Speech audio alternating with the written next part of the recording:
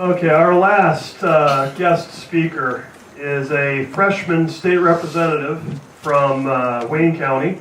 He's the guy who wrote the notification repeal bill. You know, some organizations, their leadership forgets what their members want. They don't listen to their membership. At OFCC, we listen. We ask on our forums and engage our members to say, what is it that you want to see enacted in law? And the overwhelming response has been that the notification requirement that exists in Ohio law today, which is way outside of the mainstream, only 10 states in the union require it. The other 9, Ohio failure to do so is an M1. The other 9, it's like a $50 fine or something, and half of them it's not even a fine if you only do it once in any given 30-day period. So Ohio's way out of the mainstream on this, and when Representative Scott Wiggam first got to Columbus, I don't even think he'd actually moved into your office yet. He had an open office day on January 3rd in Orville, and met him down there, and I explained to him about the legal loophole that is the active notification requirement that we Ohioans have to put up with. And his initial gut reaction was, that's stupid, that's got to go. And I was like, Scott, we're going to get along fine. So, the man who authored House Bill 142, the notification repeal requirement, State Representative Scott Wiggam.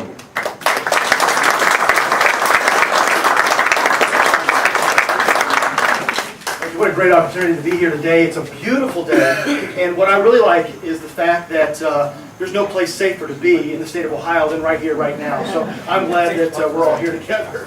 I got a couple of things. I want to tell you just from the bottom line of where my standpoint is.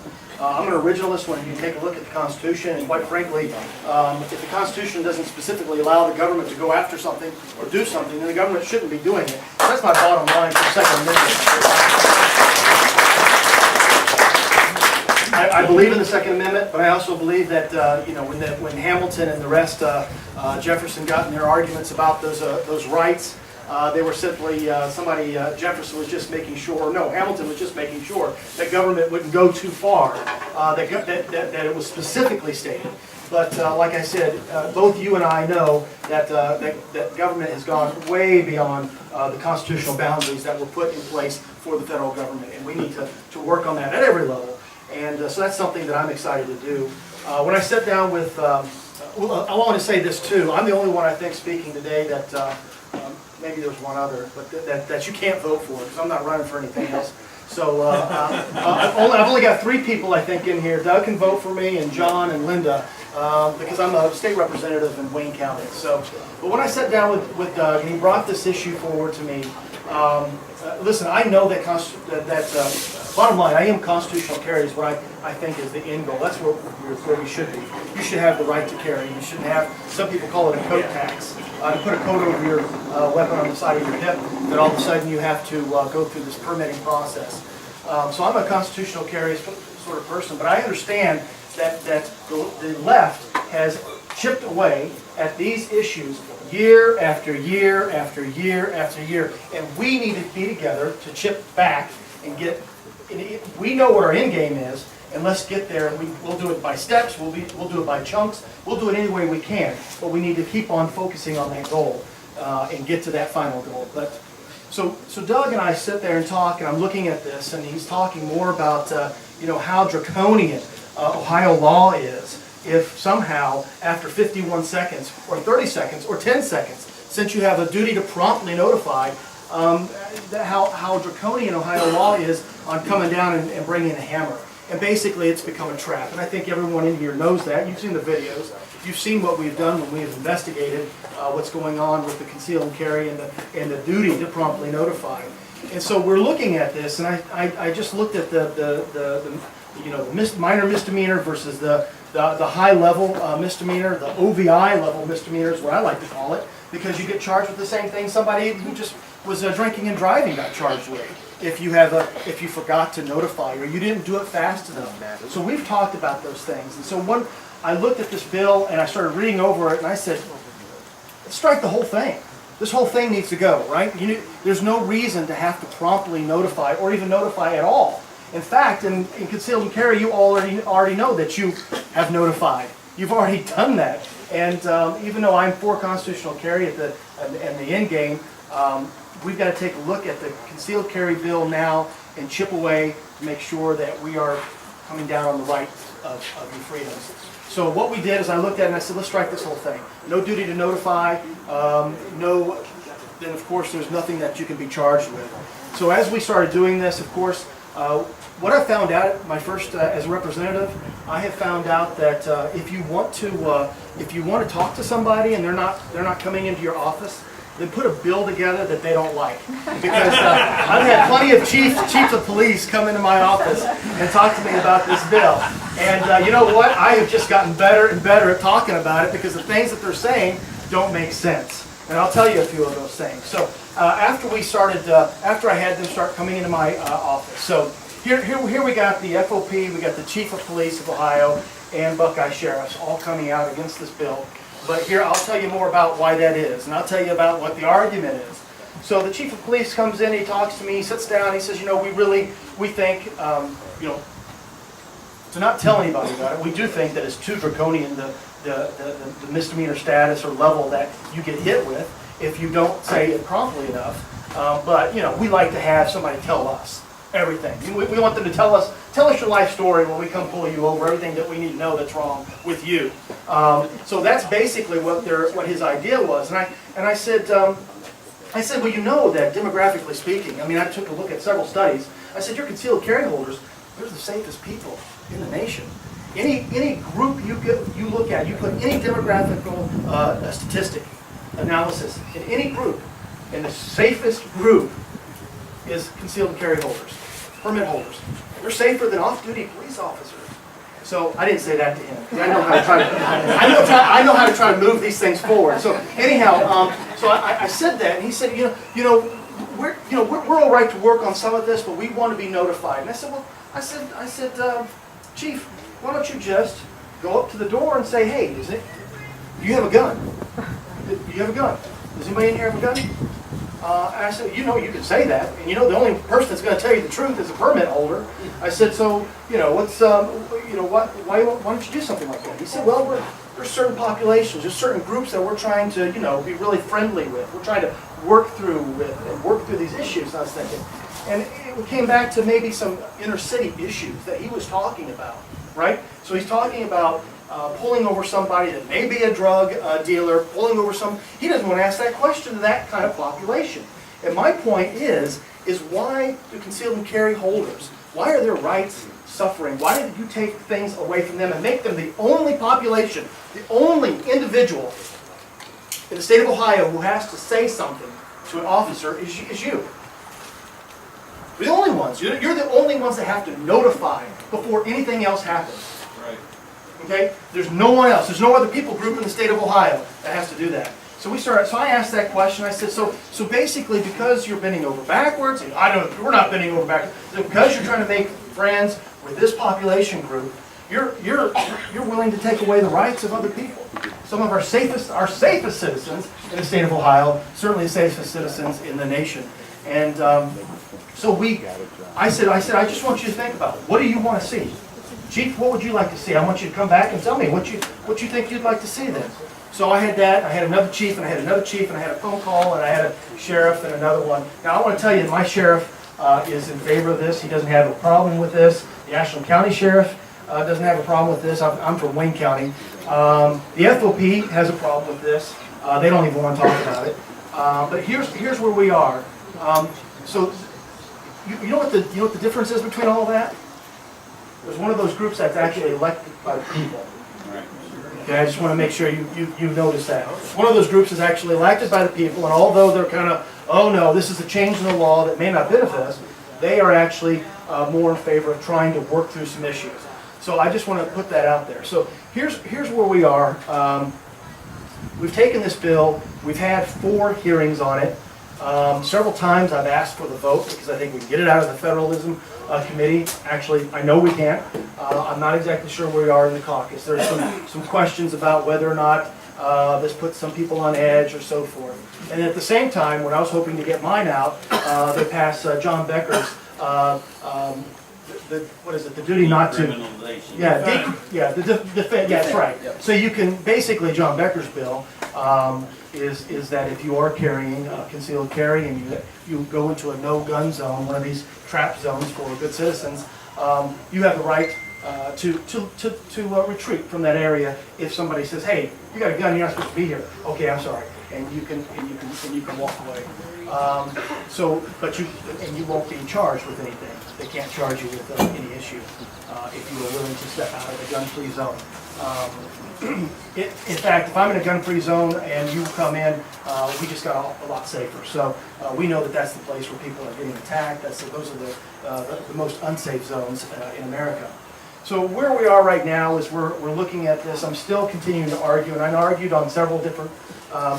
Certainly there's constitutional right issues to argue, but the left-hand side of the aisle doesn't really care about that. They want to go and they want to talk about different things. How about officer safety or the individual safety? So some of the argument was, well, it's safety for the officer. It's safety for the officer. And so we basically said, we don't see how that's more safe for an officer when a concealed carry holder is one of the safest individuals you can deal with. In fact, I had an officer that I sat down with at a conference. He was a deputy in Kennebunkport, Maine, and he's also a state representative. And he told me that in Maine, he said, "Listen, if I know that you're a permit, if I get that and you're flagged, I know I'm going to the safest vehicle that I could go to. It's the safest place I can go and walk up to."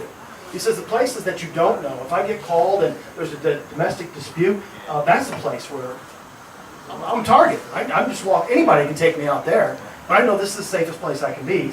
He said in Maine, we don't have a duty to notify if you've got a permit. In fact, Maine has a constitutional carry too. He said that you do have a duty to notify in the constitutional carry if you've got a weapon, but you don't have to if you've got a permit because you've already done it, right? So 99.9% of the time, or 90% plus of the time, an officer of the law already knows that you have notified. You've already gone through this process. You're almost as well trained as many officers are in shooting, and they've also stated, they've also said that a lot of concealed carry holders are even better shots than a lot of our deputies, because you do this because you want to. You go out and you do it several times a year. So basically, that argument wasn't working, and then they wanted to make the argument that it was safer for you if you promptly notified the officer. And it was safer for you, but all they were describing is poor training in the sense that an individual officer, deputy of the law, might draw down on you if he sees that you've got a weapon on your hip, right? So you're going for your license over here, your jacket opens up, and he's like, and so they started describing a situation in where they're saying we're not really well trained because it's a pucker factor is what they actually said, and we want to draw down. And that's what they actually testified. So, but I thought it was very interesting when we looked at the statistics, we looked at the data, 36 states, almost every state has some form of conceal and carry, right? 36 states are, we call if asked states. That means, hey, you tell an officer if you're asked. But you don't have to do it otherwise. There's no duty to notify. Out of those 36 states, there's actually 3, Alabama being one of them, where even if an officer asks you, you don't have a duty to say anything at that point either. So it's very interesting. So we are definitely a minority. Doug told you we're in 10 states, and we're the most draconian to hit a concealed carry holder, which I think is very interesting. You wouldn't think Ohio would be there, but we are. So we're trying to change this. We're trying to step this forward. We're trying to chip away at these laws and make sure that we have our freedoms. I will say a couple of other things before we go, and I could ask questions if anybody wants to know more about this. But Doug told you a little story about being on the airport authority. I was a county commissioner when he was. So when he's telling you, those people that we're trying to separate from, that was me. And but here's the thing. But here's the thing. I was like, man, I love it. Go away. Do whatever you need to do, Doug. I want to tell you that the ending of that story is that when Doug, when they went through and went through the hoops and worked with Yost's office and found out what they had to do, they're like, yeah, this makes so little sense, is we're going to hand this whole thing back over to you, county commissioners. They dissolved. So that was the end of that. But anyhow, that's my one story there. And like I said, we're going to keep on working on this. I'm working with leadership right now. We're going to try to bring some gun groups together and have a conversation. I think that's going to be happening this week. Is there any questions maybe that I can answer? I'd be willing to answer, and we've got some folks, even Doug knows so much about this too. I might bring him up. Now, does it, when law enforcement runs your plates, don't we still show up on leads? Yes, and that's what I was saying, is almost 100% of the time, if they do run your plates, your name pops up on leads. They already know that you do. So, correct. So we just already, that's our notification. Correct. We just notified, okay. Right, that's kind of the argument. That's an argument that we're making. The retort back from some has been, number one, we don't. We may not always look at leads. I can't imagine that, because if they don't look at leads, they can certainly call in to. They're connected to dispatch, and dispatch can look at leads. It's a program that every department should have, or at least every dispatch should have. So that's one issue. The other issue is, well, how are we going to find out if somebody else in the car has a weapon, during the stop? So there's a lot of those shouldn't be an issue at all. I mean, those are things that shouldn't matter. So yeah, it's not going to change anything. Any other questions? Thank you for your time. Thank you. Jeff's going to come up and tell a little story here just for a second. You stay put. I just want to give the closing part of that story. He's right. We did dissolve the airport authority. But being I have a healthy libertarian streak, and I don't mind the fact that the first governmental body I was involved with, I dissolved. I'm kind of proud of that, actually.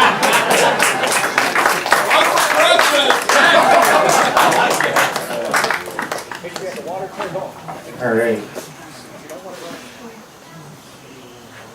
So, maybe. I don't want to bore you. I just want to say one thing about, I was thinking about this, and I didn't know if I was going to do it or not, but really, I want to encourage each one of you to get involved. And I know that you are, but I mean, I'm talking maybe even some of, Auditor Yost said write letters.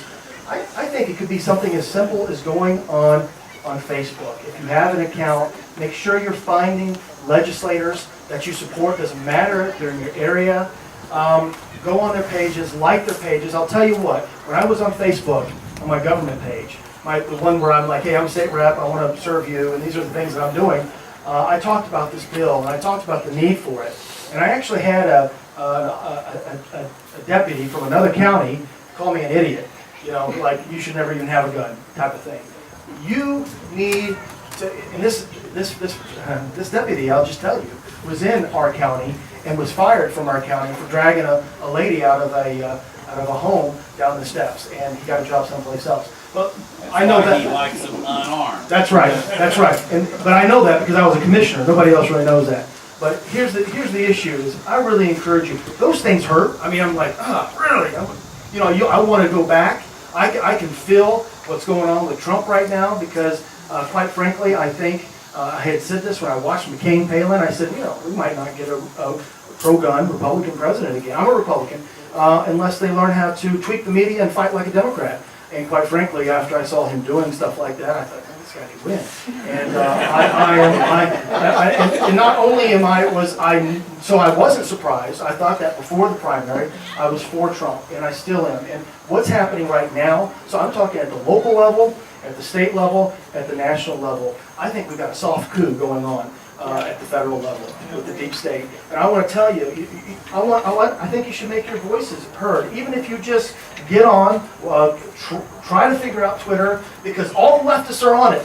They're all on social media, and that doesn't say who's going to vote, but there are trends, and I want to stop those trends. I'm hoping you'll come and help us. And so even if you get on and say that's ridiculous, or thumbs up to that great comment, or whatever, I want to encourage you to do that, because really it means a lot to me. And I think it means a lot to lot to other folks. No, don't worry about it. I wasn't trying to stop you at all.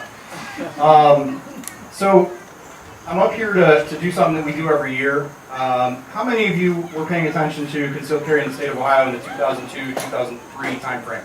Just by show of hands. Okay? Great. So you guys are going to probably remember this story. That was the time when we were trying to pass concealed carry. It was, we'd go to the State House, we would get a bill, it would get somewhere, it would stall, etc. House Bill 12 was the bill at the time. Or, might have been 185, I apologize. It was House 5, I'm pretty sure that part. But, at the time, the bill that was presented to us prohibited you from being in a vehicle with an 18-year-old or younger child in your car while you were armed. And we were fighting against this. And specifically, some of the things you were saying about how you have all these law enforcement officers coming in telling you, oh, you shouldn't need this, you shouldn't need that, right? And they're trying to explain it away to the benefit of some selfish preservation of the authority to own a firearm, be in possession of a firearm. This actually ties in really well, in my opinion. At the time, the Ohio State Highway Patrol had a Captain John Bourne who made public statements to the effect of, we do not want a loaded firearm readily accessible to the driver of a car. If there's a dangerous situation and you're in your car, you can drive off. Anyone remember hearing that? Yeah. At the time, people would email them because we would tell you to email them, and the State Patrol response was, the fundamental nature of a motor vehicle allows a person attacked to drive away from their attacker. That was their official position. So a lot of you probably know where I'm going with this. August 6th, 14 years and 6 days ago, James Tony Gordon, a 27-year-old father, died. Whether he was aware of it or not at the time, he was following the advice of the Ohio State Patrol Captain John Bourne. According to John Huber of the Dayton Police Department, Tony was shot while at a red light in Dayton. Someone tried to carjack him, and he chose to flee and tried to drive home.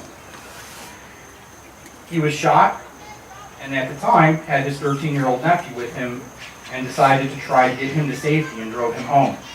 He made it, got him home, told his father he was shot, and later succumbed to his injuries. As a result of this, at the time, we created what we call the Tony Gordon Memorial Fund. Memorial Award. And every year at this picnic, we give this award to the person most deserving, the person who has done the most for gun rights in the state of Ohio. And that is you this year.